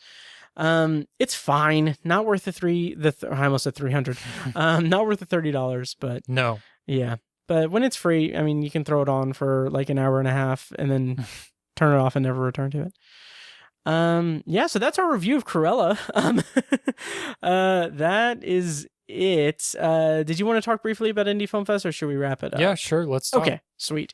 So instead of potpourri, we're going to kind of close down the episode with a discussion about, or talk about Indie Film Fest, which concluded its run on March 19th. They did a hybrid movie theater, drive-in theater, and virtual screening thing, and I was fortunate enough to get to have a pass. We both got press credentials for it, and I was also a juror for the American Spectrum category. So I watched a bunch of features and shorts in that category and everything. And they just announced the winners today, which I don't know. I'll put a link in the show notes. We don't have to run down each winner or anything, but I will say that the American Spectre ones that I was a voting juror on, the feature that won was The Catch, which was a pretty good movie that I know, Ben, you saw as well. We can talk about it. And then the short was David. Correct. Which was a fantastic short directed by Zach Woods of The Office and starring William Jackson Harper and Will Ferrell. The Catch also actually won the Grand Jury Award too. Oh, nice. So, yeah. Sweet. Yeah, that was good. Do you want to talk about The Catch? Sure. Okay. The Catch, I was on the screening team last year for Indie Film Fest. Nice. And I remembered fairly quickly after I started watching it this year, I remembered watching it already because it looked very familiar. Yeah. For context, the plot summary is a woman returns to her estranged family and reconnects with a former lover. When the robbery they planned goes awry, she must choose between abandoning her family again or taking responsibility for the chaos she's created. So how'd you feel about it? I was really impressed. It's a good little, northeastern seaside crime movie. Yeah. That is, I guess, its own genre now. Right. And yeah, good performances, good story. Really just not much bad to say that I can think of. Really good atmosphere because of that setting and everything. And it's kind of unforgiving for the character, I guess. It puts the characters into tricky situations that is that made for pretty good viewing. Yes. So, yeah. I'm glad it got it. The movie that I was most excited about in that section in the American Spectrum that I voted for emphatically was Inspector Ike. Which that is such a fun movie. Oh yes. When I was watching it, I texted you and was like, "Hey, I don't know what your time frame is or anything, but if you can squeeze in watching Inspector Ike, watch it." So the plot summary is: after the conniving understudy of an avant-garde theater group knocks off the star actor, he finds himself in a high-stakes game of cat and mouse with Inspector Ike, New York City's greatest police detective. And this is such an awesome movie. It is just absolutely my style of comedy. It's this kind of like alternative comedy, like kind of anti-humor kind of thing, I guess. I don't know. Yeah, you had I think you made this comparison when you texted me about it. That's like the movie Greener Grass from 2019. I think so. Yeah, 2019. Yeah. Yeah. Which I loved that movie. Me too. I saw it at Heartland that year. Me too. Yes. Definitely kind of in that same vein. Kind of surrealist humor. Like Adult Swim kind of very dry, very weird. Yeah. Yep. It is so much fun. Like there's a scene. So just to kind of give a brief example to the type of humor that this movie had. The culprit of the movie is the aforementioned understudy is planning to kill the star of this theater company, and to create an alibi, he takes his girlfriend to to an 8-hour play that is just people living their lives for 8 hours. 2 guys on stage as like working at a pizza joint or something. Yeah. And then like he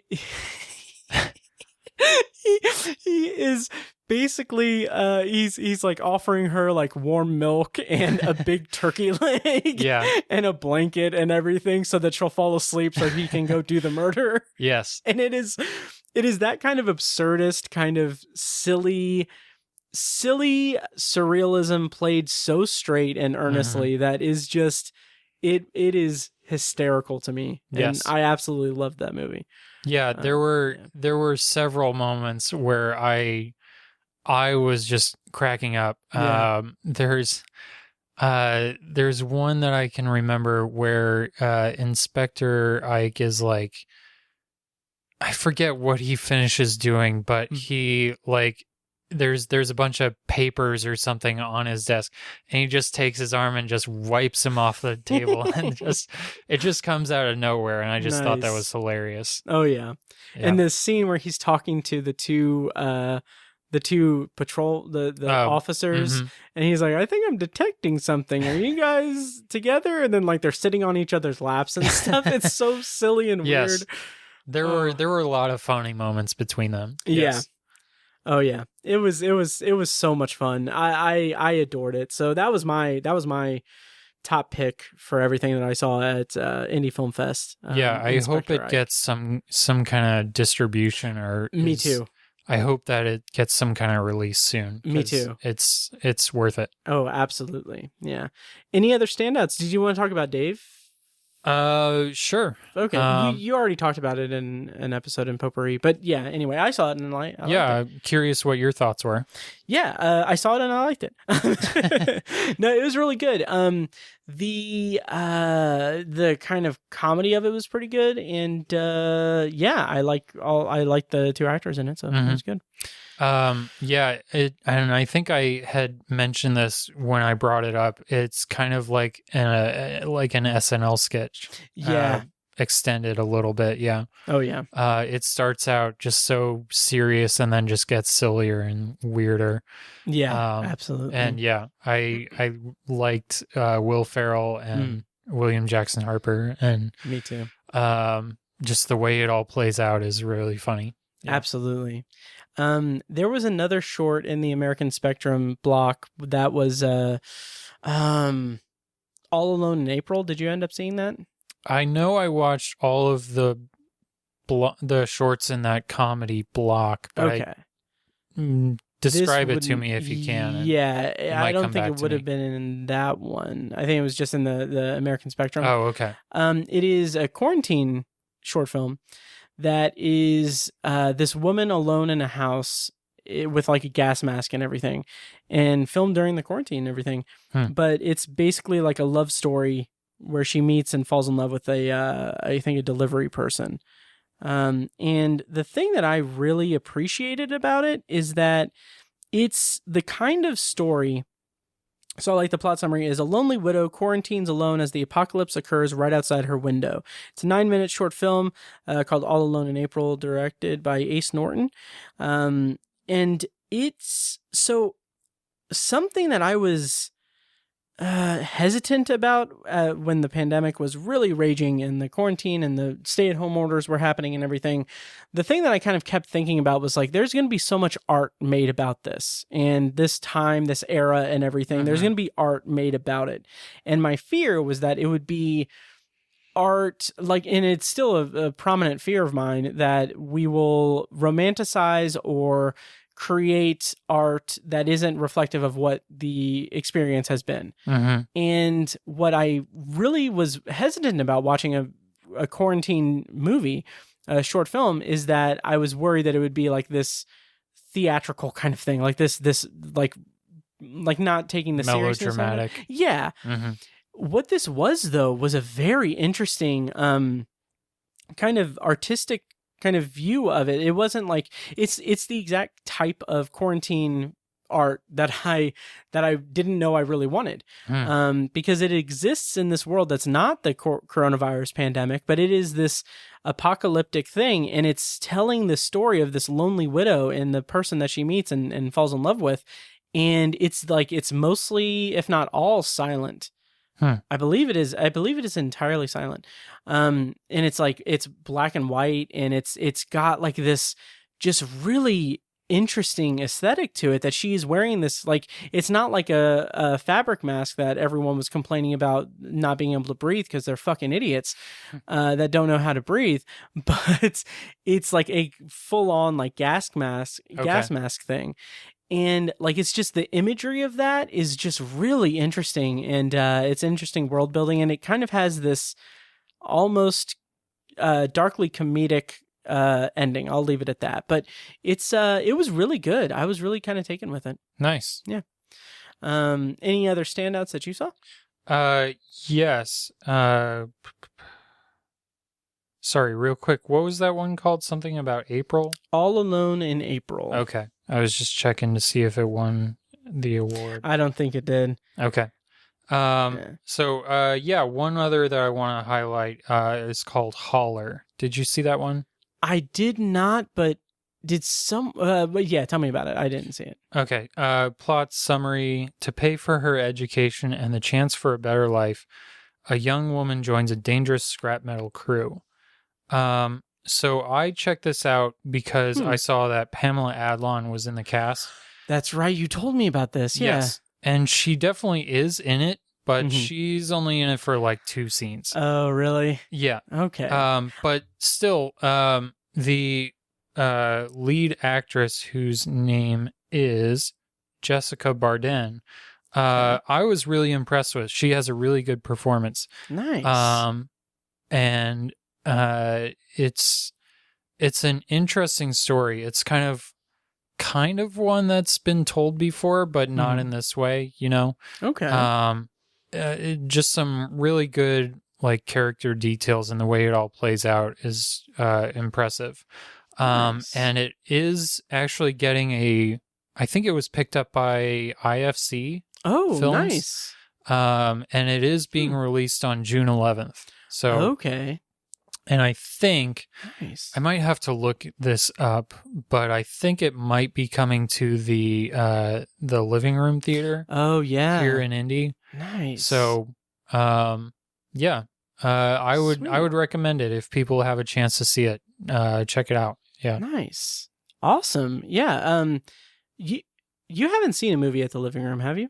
No, not yet. Okay. Because I was wondering, because I thought that you did, and then when you said earlier that A Quiet Place Part 2 was your first one since Onward, I was like, wait, doesn't compute. No, I was going to bring up potentially going to see something together over there at some point, but I don't know what yet. Okay. We'll figure it out. Yeah, I would totally be game for that. Okay. Yeah. Yeah, and then what else? Yeah, I don't know. There was a bunch of good stuff at Indy Film Fest. Yes. And they're so cool over there. I really like Indy Film Fest. I didn't get a chance to see this one, but the opening film, The Dry with Eric Bana. I didn't get to see it either, but yeah, apparently it's becoming like one of the most like successful Australian movies. Yeah, it's getting some good buzz. Yeah. And I think it's showing at, like I said, the living room theater, and I think maybe Keystone as well. Sweet. Maybe. Yeah. Nice. Yeah, I'll definitely have to see that. Mm-hmm. Yeah. All right. Is there anything else? Should we kind of close it down? I feel like there was one or two other ones that I saw at Film Fest, but I can't remember off the top of my head. Nothing worth, raving about. Right. Yeah, let me check my Letterboxd. I already talked about Welcome to Monterey in a previous episode, so that's been covered. Which I think won another award. Best of Hoosier Lens, winning feature. Oh yeah. We should probably also mention all of the award winners are streaming yes. on the Indy Film Fest website or through the Indy Film Fest website from May 27th through June 2nd. Yes. So go and check those out. There was Yes. also a short film that won, I don't remember what category, but it's a hashtag BTSD. Yes. Did you see that one? No. Okay, it's heartbreaking. It's basically it's Black traumatic stress disorder. Okay. And it's just a story about a Black man going to the store. I'll leave it at that. Or coming home from the store. I'll say that. Okay. But it's pretty heartbreaking. Okay. But yeah.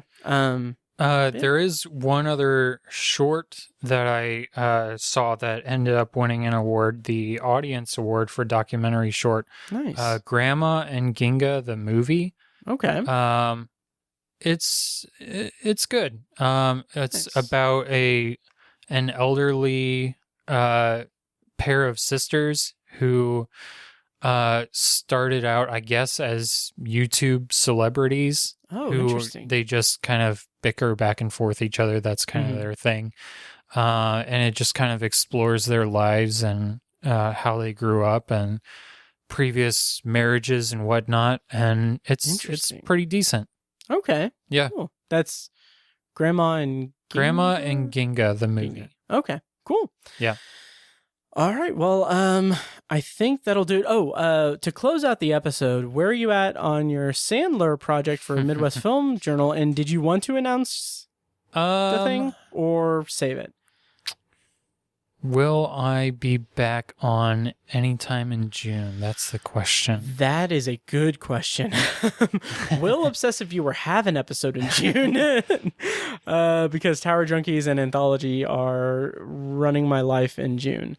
Why not? I guess I can get people excited. And I will say we'll definitely do an Obsessive Viewer episode in June, no matter what it is. And you'll definitely be on for it. Okay. Yeah.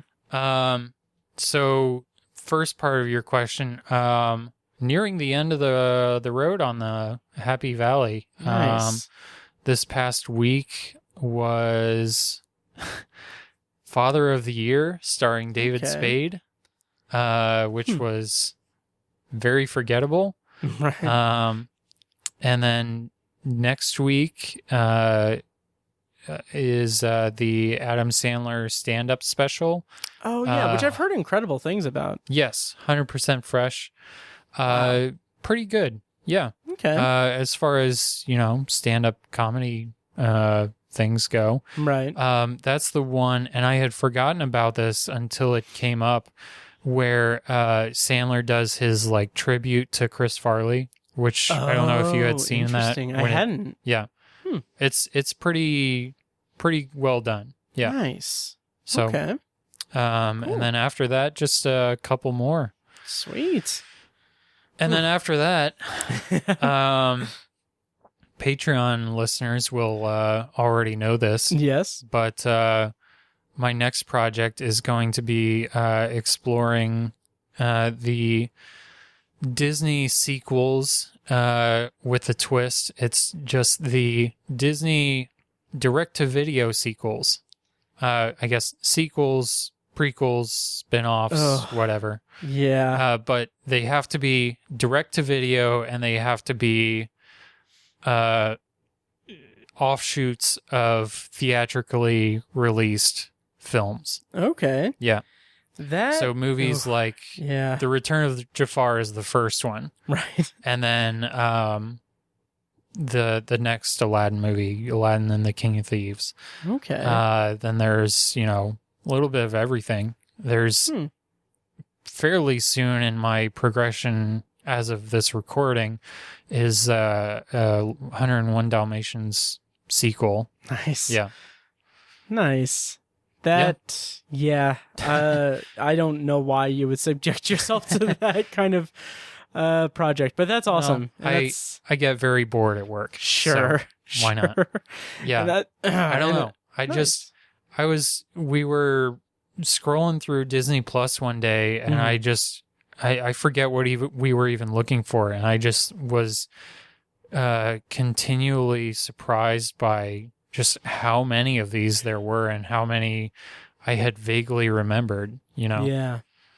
So Yeah, it's gonna be fun. Crazy. Oh, or yeah. something like that. Sure. Nice. And that'll be on Midwest Film Journal. Correct. So that's exciting. All right. Well, I guess that'll do it for this episode of Obsessive Viewer. Ben, thank you for joining me for these reviews. Thank you. And congrats on your first press screening. And sorry I couldn't be there. Which it's funny because when we were talking about that, I was like, okay, we're like, I'm annoyed that I couldn't go to it. It's like, but there was an accident with a semi and some SUVs. It's like, okay, someone's terrible day is my inconvenient calendar, like my minor inconvenience. But still, yeah. Indie truck drivers, get your shit together. Yes. They were protesting something. Like I was on 465 and there was like a whole train, like they had signs and stuff. Recently? Yeah, like within the last couple of weeks. And they had like signs plastered on the sides of their trailer or their cabs. Huh. And like I kept trying to read it, but I'm like, okay, I don't want to die. So okay. So you got your message across. So I don't know. Anyway. Okay. Yeah. All right. Well, anyway, that is Trucker Talk. And all right, that'll do it for this episode of The Obsessive Viewer. Thank you guys so much for listening, and check out Patreon and everything, and Anthology and Tower Junkies. But until next time, don't know what we're going to do next time, but Ben, thank you for joining me. And yeah, thank you guys so much for listening, and we'll see you next time. Thanks, everyone.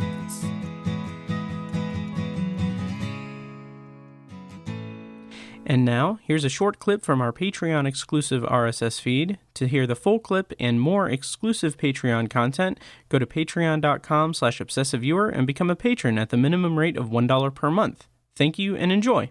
It's E.T. I've got to get Reese's Pieces. Oh, yeah. Yep. So I did that, and then like I mixed the Reese's Pieces in with the popcorn, which I like putting candy in popcorn. Like it's good. Oh, yeah. But I mean, talk about a race to get home. Like that just really, really fucked me up. That'll do it. I believe it. Yep.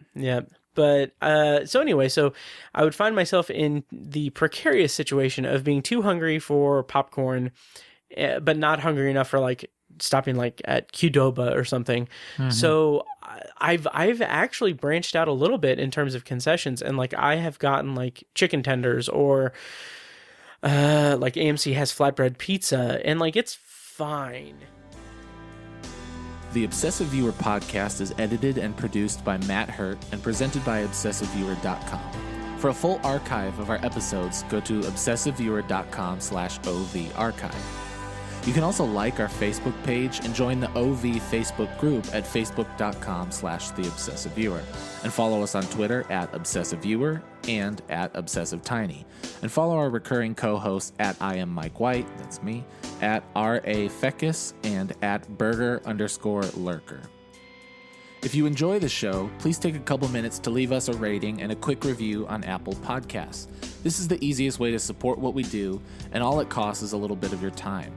If you'd like to donate to the podcast, you can make a PayPal donation at obsessiveviewer.com/donate, or support us on Patreon for recurring donations and access to commentary tracks and B-roll audio recorded exclusively for patrons at patreon.com/obsessiveviewer. Every donation goes toward paying the fees to keep the podcast running and is greatly appreciated. For official Obsessive Viewer merch, including shirts, mugs, phone cases, and more, visit our TeePublic store. You can find a link to the store in the show notes of this episode and at obsessiveviewer.com/donate. Or you can simply search for Obsessive Viewer at teepublic.com, T-E-E, public.com. For information about our annual live event showcasing short horror films from local filmmakers, check out shocktoberInIrvington.com. And for an archive of all our events, as well as news about potential future events, head over to obsessiveviewer.com/live. For more podcast content, you can find Anthology, Matt's solo podcast covering The Twilight Zone, and other classic and contemporary science fiction anthology TV shows at anthologypod.com and on Twitter at OVAnthologyPod. You can also find Tower Junkies, a podcast where Matt and Tiny share their love of all things Stephen King and his magnum opus, the Dark Tower series, at towerjunkiespod.com and at towerjunkiespod on Twitter. And finally, check out The Secular Perspective, Tiny's side project podcast, which tackles current events and life's big questions from the perspective of secular hosts Chad and Amanda at thesecularperspective.com. The theme music for The Obsessive Viewer comes courtesy of the band Loudlike from their EP Mistakes We Must Make. Additional bumper music is provided courtesy of As Good As It Gets, which can be found at facebook.com/asgoodasitgetsband. Thank you so much for listening, and we'll see you next time. Kitty!